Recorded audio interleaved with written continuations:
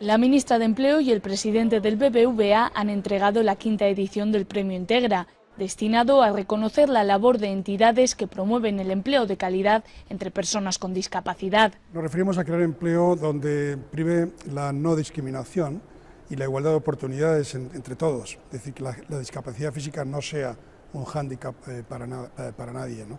Ese es el objetivo de los premios. El premio de este año ha sido para el Grupo Galega de Economía Social, una entidad que fomenta la integración en el mercado laboral de personas con discapacidad.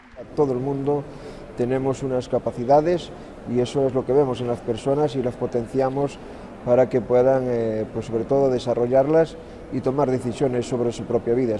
Son casi 500 empleados que trabajan en 9 empresas de diversos sectores. Estoy de almacenista. Suelo ser el maquinista. Estoy en el departamento laboral. Bueno, pues yo soy operario cualificado. Una labor diaria que les permite competir con la empresa ordinaria, pero algo mucho más importante, gestionar su independencia. Hoy hay un número muy importante de personas que son independientes y que gestionan su vida con una normalidad absoluta, ¿no? Y eso es una satisfacción. Los 200.000 euros con los que está dotado el premio les permitirá seguir luchando por la integración.